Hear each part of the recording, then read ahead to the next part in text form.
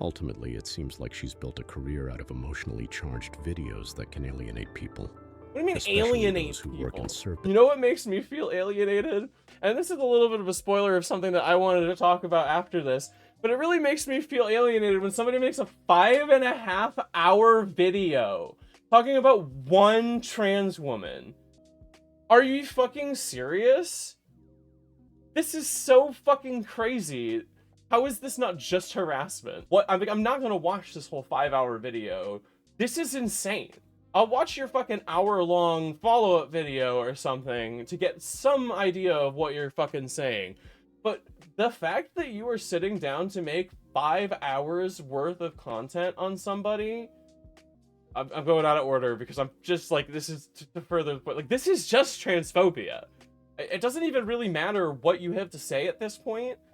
There is no way that what they did was bad enough for 5.5 hours of this shit. Crazy shit to do to release this video onto the internet. It, like, I thought that the lolcow phenomenon was always disgusting. It's almost always just hating queer people or ableism in some way. And even if the person is bad, the way that you treat them is worse.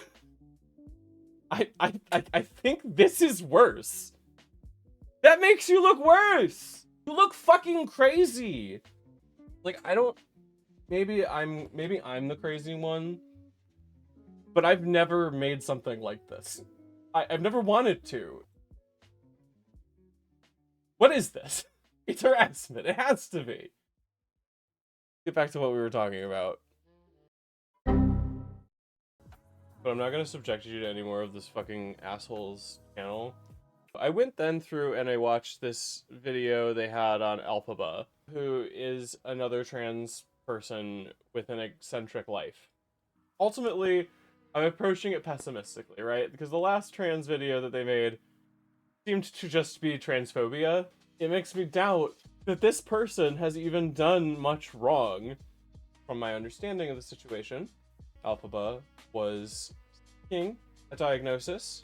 She is in the United Kingdom and was on a waiting list for diagnosis. She had taken a test and she had met other autistic people with that experience and matched hers to theirs, and therefore said, I almost certainly am autistic. I'm waiting on the diagnosis. And for appearing in an Autism's Got Talent show, she said that she had a diagnosis when she didn't. And while, yes, this is technically a lie, I would like to discuss the ethics of faking autism in this way, because what they're upset about is that they have self-diagnosed, that they have decided that they have autism. This is something you hear a lot about, and this is what I again, it led me on to I wanted to find more information about this person, and I found this massive 5-hour fucking harassment campaign video. Again, I'm not sure if the evidence that's being presented to me is like the worst possible evidence up front, or if they're just assuming that I know whatever the bad stuff is. But from what I can tell, the major things are that she didn't have a diagnosis and that she was a little mean. It really just feels like the nail that sticks up is getting hammered down here.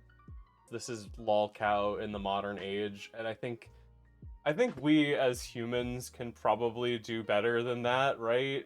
I couldn't fucking stand sitting through these videos. I tried. There is so much effort placed, and this is again, I wanted to point to this video specifically by Alexander Avila. This video will go about it in way better terms than I can, but I wanted to briefly explain my thoughts. What is the point of getting diagnosed? And the point is that it gives legitimacy to your diagnosis, which will allow you in our modern age to get recognized as having that and like getting the help that you need for it, but it also limits your actions as not being an individual quirk of a person, but instead being a symptom of your disease. It boxes you in. It's a category that you're placed in and it's placed upon you. The ways that we diagnose autism aren't necessarily correct. We've changed them over time. Who's to say that they're always correct now and they might not be later? I got an autism diagnosis when I was young, but then the subsection of the autism that I had was taken out of the DSM, and instead now I just had blanket autism because I didn't get diagnosed for autism. Does that mean that I don't suffer the symptoms of this disorder that I have? Even further than that, it infantilizes people with autism not being able to like defend themselves. That people are just romanticizing mental illness on social media. Just because you found out that you were ADHD from TikTok does not make you not ADHD, right? You can have the symptoms of a disorder, and when you are not diagnosed with a disorder, you do still have it until you're diagnosed. You just don't have the legitimacy of a diagnosis, which again is bound by our modern conceptions and has flaws. Again, please go watch The Politics of Self-Diagnosis from Alexander Avila. It is a much better video than anything I will ever shit out. The conservatives are desperate for proof of leftists being bad people. Yeah, absolutely, right? Is like they're trying so hard to like paint these people as bad people. Like, it's just lolcow shit. It's just, you just think this person is weird and you don't like them, and so you're harassing them for no reason. There is no reason to make a 5-hour video just fucking making fun of a trans girl. I don't think that anyone that does this to one person is a good person. I'm not gonna sit and watch this video and get your thesis from it. I'm just not. I think the videos that you make are bad, and I don't want to watch it for 5 hours. I think this is transphobia. And I think it's crazy that he's got 1 million views, or like 1 million followers. Don't interact with this shit. Let me go into these fucking minds for you. I just want to shine lights on these fucking cockroaches, because I think this is just transphobia, and I think it's fucked up that this exists and is allowed to be on the platform. I think that it's ridiculous that there's a video that's like this that exists, talking about just one person. I shouldn't have to watch a 5-hour video to get the gist about this. I shouldn't have to watch another hour video where more than half of it is you talking about a shitty apology video that they made.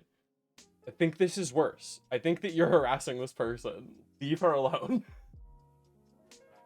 And maybe it'll come out that these people are monsters, right? And I will look like a huge asshole. All the only judgments I can make are the ones based on the evidence that I'm provided. And like, if you provide it to me in such an undigestible format, and if you present me with just lies and provable falsehoods on the tin, and like exaggerated truths and dog whistles, I'm not gonna take the shit that you say seriously. If you make a joke about being the friend in the friend group that's too woke, I'm not gonna respect you. I'm not gonna respect you enough to finish your video and try to get the thesis. I don't know. Oh man. Is it really that bad? Was it really that bad? I don't know. Again, maybe it's a bad opinion to just be like, I literally don't want to finish these because they're like insufferable. But like, I try to keep myself knowledgeable about the shit that these people are saying to see if like anything ever changes. It's just transphobia. Let's watch something to cool down. My brain hurts. I just really wanted to show that to you. I think I'm probably gonna make a video about it later, because I think that it's insane that that exists and I don't like it.